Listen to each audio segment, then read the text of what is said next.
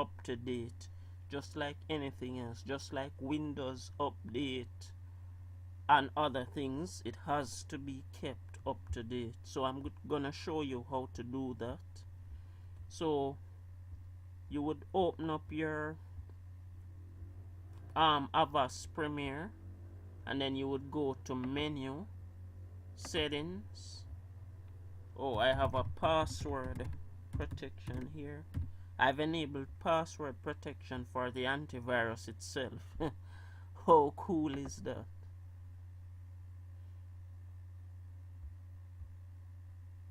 Right, so this section is gonna open up. So you're in general. So these are actually enabled by default. So you're gonna leave these as is. And then you're gonna see your other options: sound, pop-ups, password.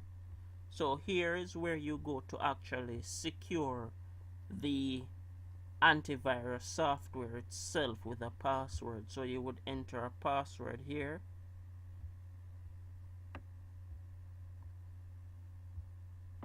Maintenance, exclusions, smart scan, special scans, and so on.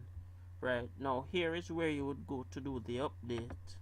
You would click on update, and then you would update both virus definitions and program. Right, my virus definitions are up to date. I'm gonna check if the program is.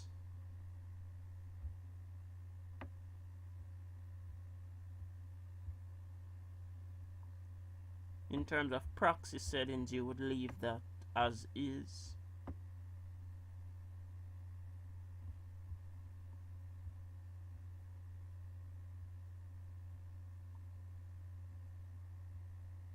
Right, so it doesn't take long to get updated, guys. See, there it is. It was already up to date, current version.